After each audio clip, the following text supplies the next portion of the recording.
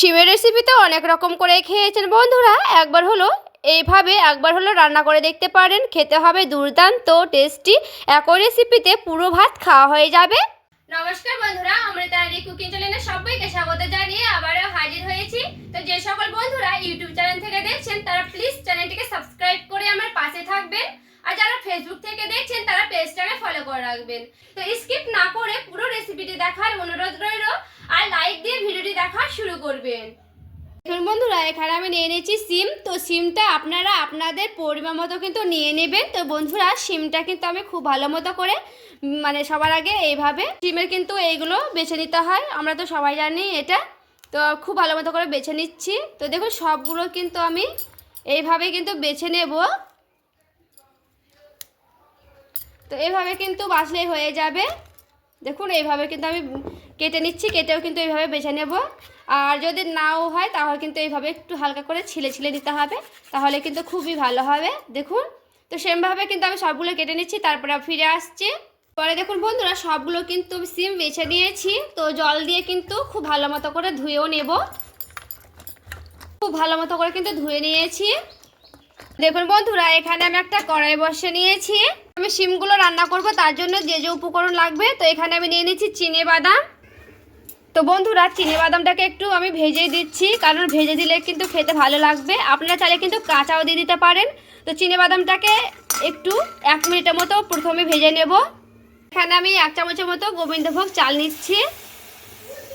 আমি কিন্তু বন্ধুরা চালটাকে একটু ধুয়ে নিয়েছিলাম প্রথমে। তো এবার কিন্তু চালটাকে দিয়ে আর বাদামটাকে দিয়ে একটু ভালো মতো করে নাড়াচাড়া করে নেব। একটু ভালো মতো করে নাড়াচাড়া করে নিতে হবে।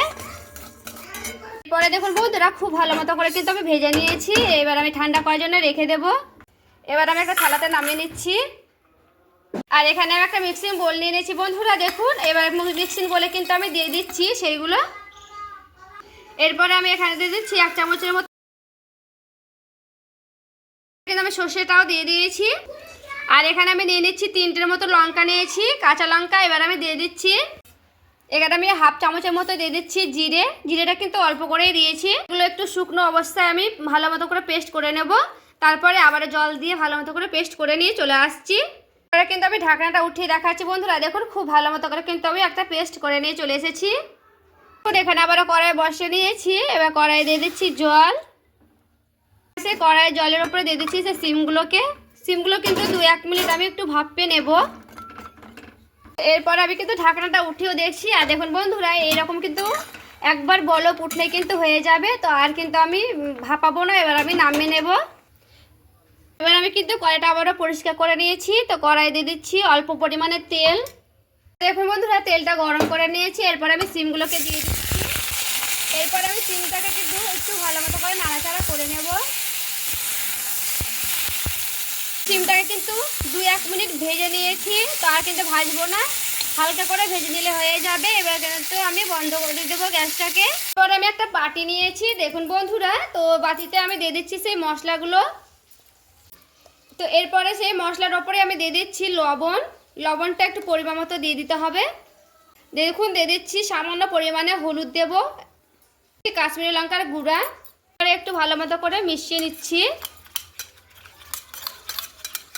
সেই মিক্সি বাটিতে একটু জল বুলিয়ে দিয়ে দিচ্ছি, দিয়ে একটু ভালো মতো করে এইভাবে আবারও মিশিয়ে নেব।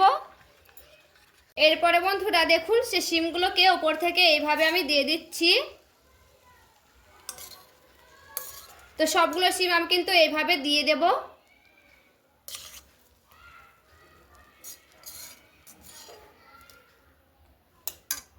পরে দেখুন বন্ধুরা, ওপর থেকে আমি দিয়ে দিচ্ছি তেলটা আপনারা আপনাদের পছন্দ মতো দেবেন।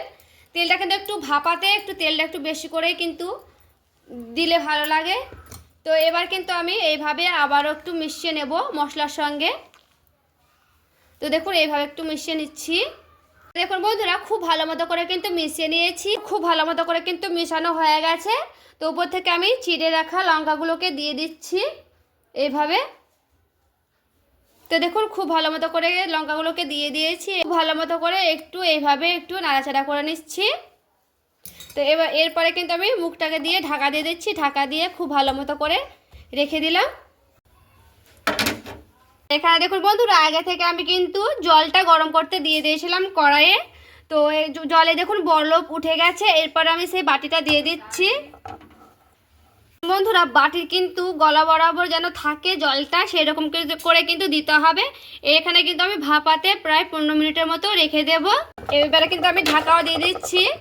এরপরে দেখুন বন্ধুরা, খুব ভালো মতো করে কিন্তু 15 মিনিট ভাপে নিয়েছি। ভাপে নিয়েও কিন্তু আমি একটু ঠান্ডা করে নিয়েছি, কারণ ঠান্ডা না করলে কিন্তু ধরানো যাবে না, তার জন্য। এরপরে দেখুন বন্ধুরা, আমি কিন্তু নিয়ে চলে এসেছি। এরপরে একটু ঠান্ডায় করে নিয়েছিলাম পুরোপুরিভাবে। তো দেখুন ভাপাটা কি সুন্দর হয়েছে।